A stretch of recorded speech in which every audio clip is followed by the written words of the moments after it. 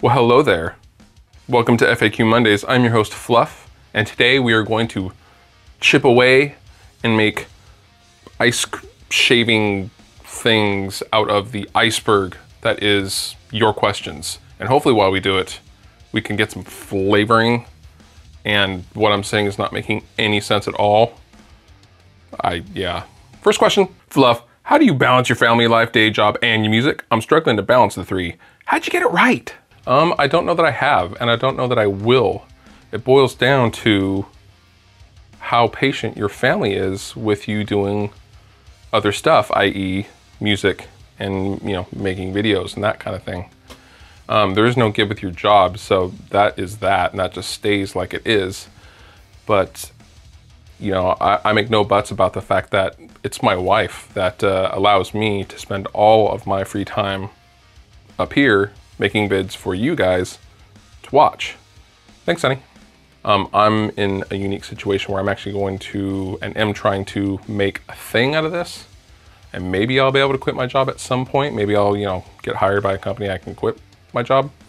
That's the goal there. But prior to that, when it was a casual thing, me and the wife had sat down and said, hey, she had told me, hey, how much time are you going to devote to this thing? Where is this going? What do you want to do with it? And that's really what you need to ask yourself, because you will not find a perfect balance between all three things. I love the Tremonti SE video. What's your opinion on Mark Tremonti? I like Tremonti.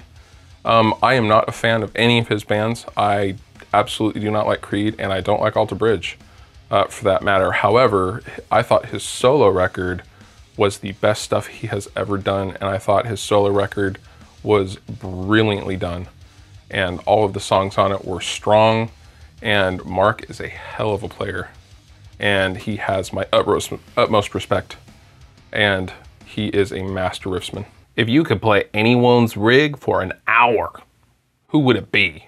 Ooh, man, I thought long and hard about this one, and my initial response was Jerry Cantrell's, but I don't know if that would interest me at this particular moment in time. The guy's rig who I'd really love to throw down some riffs through would be Bill Kelleher from Mastodon's rig. But the common thread there, if you boil it down, is the Friedman amp. I guess I really want to try a Friedman amp. The HBE model specifically. Bill Kelleher is a huge influence of mine. I think it's been pretty evident. And I just, Mastodon in general, I'm a huge fanboy.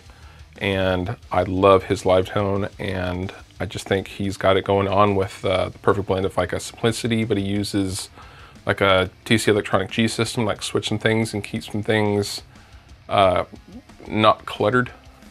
And I really love that setup. He uses basically Friedman 412s with Friedman HBE amps. The last I checked anyway, that's always changing. And his Gibsons, and I want to play through that rig so bad. Your house is on fire. You can only grab one guitar. Which one? See, I don't think that's a fair question, because I have two hands, man. And I would be grabbing multiple things if my house was on fire. However, the first thing I would grab is probably my 94 Mexican Strat that my father bought me for my 15th birthday. And the second would be my 1977 Gibson RD, because those two guitars are probably my most cherished. All the other ones, you know what? I can replace them, get new ones, whatever, but those two I just could not ever think about replacing.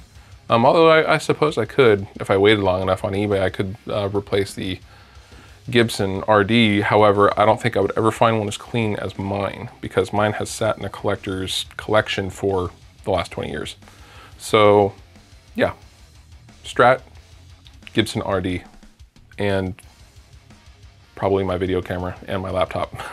On the Fire Breather EP, what did you gear use to get the epic drum sounds? I love the sound of the drums on the EP so much, man. I'm actually not responsible for the drum sounds on my Fire Breather EP. Fastback's Jason Lackey is. He is responsible for all the mic placement, the mic selection, and it also helped having a world-class drummer in Unearth's Nick Pierce. Now, I happen to keep Jason in the back closet here just in case someone happens to ask me a drum question.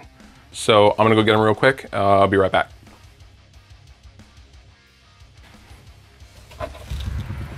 Hey man, got a question for you. Do I get food this time? Maybe.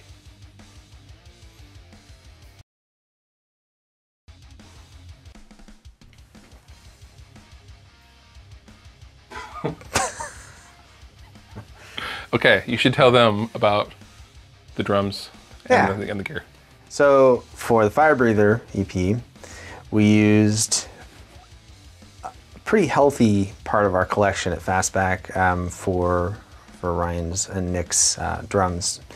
We used the M149 tube microphones for the overheads, which are the large diaphragm tube mics. And I chose those because Nick has a lot of cymbals, and I like the way that they pick the cymbals up without having an overextended or too ringy kind of high end. Sometimes overheads can be really kind of clangy, and I like them to be a little on the softer side. So someone that hits hard like Nick, they nail the cymbals and they still sound, they have the ambience and they have the brilliance, but they're not like harsh. And then I used a few spot mics, the ATM 4051As, and the Audio Technicas. And then I used for the snare, we did a standard 57 on the snare, and the Cam 100, the Neumann Cam 100 with the pad on the bottom. And for the kick, we used 421 on the inside, and then NT2 on the outside, running through the Pultec EQP1A. And then for the room mics, we use the Coles 4051s, the 4051s. Edit. Okay, that's two different manufacturers. We use the Coles 4038s. It's been a long day. Traffic was hell, by the way. It was. 2 hours it took them to get here, folks. The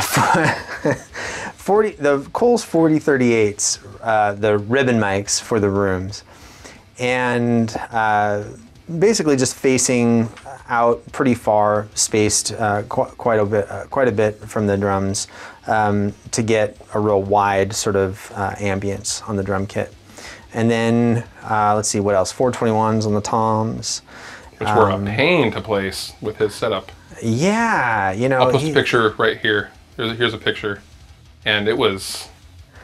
Oh man, that was tough. Yeah, they're big mics, man. They're not easy to place, but once you get them in the right spot, they're worth it. They sound really good. I've tried the little clip-on guys before, which are a lot easier for the metal guys because they have all the cymbals, and a lot of times they like to do really fast splashes and things like that. And obviously Nick's a very talented player and very fast, so he's getting at all these little cymbals and things really quickly.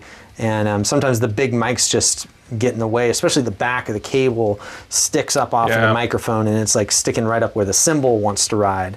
So you have to really wiggle them in there. But once you have it, I think it's worth it. It sounds really good. So then we went through the API preamps that we have, which are the 7600 API channel strips that they don't make anymore. Picture here. And let's see, what else? I think that's pretty straightforward. I think that was it. Yeah, that's pretty straightforward, But most of the great sound came from Nick's playing. I mean, you get a great player in a great room, and I could have kind of put anything on him, but we happen to have some really cool mics laying around. So what do you know? Well, cool, man. Thank you for stopping by. Yeah. And that was the last question, everybody. Until next time, I'm Fluff, and this is Jason. And if you want to know more about what he does and what Fastback is all about, the link is in the description, and you can go and check out Fastback. I'm a huge fan because they put out my pickups and soon-to-be released overdrive pedal as well. At any rate, again, thank you for watching. And if you have a question, leave them down below in the comment. And as always, I'll see you next time. Bye. Bye.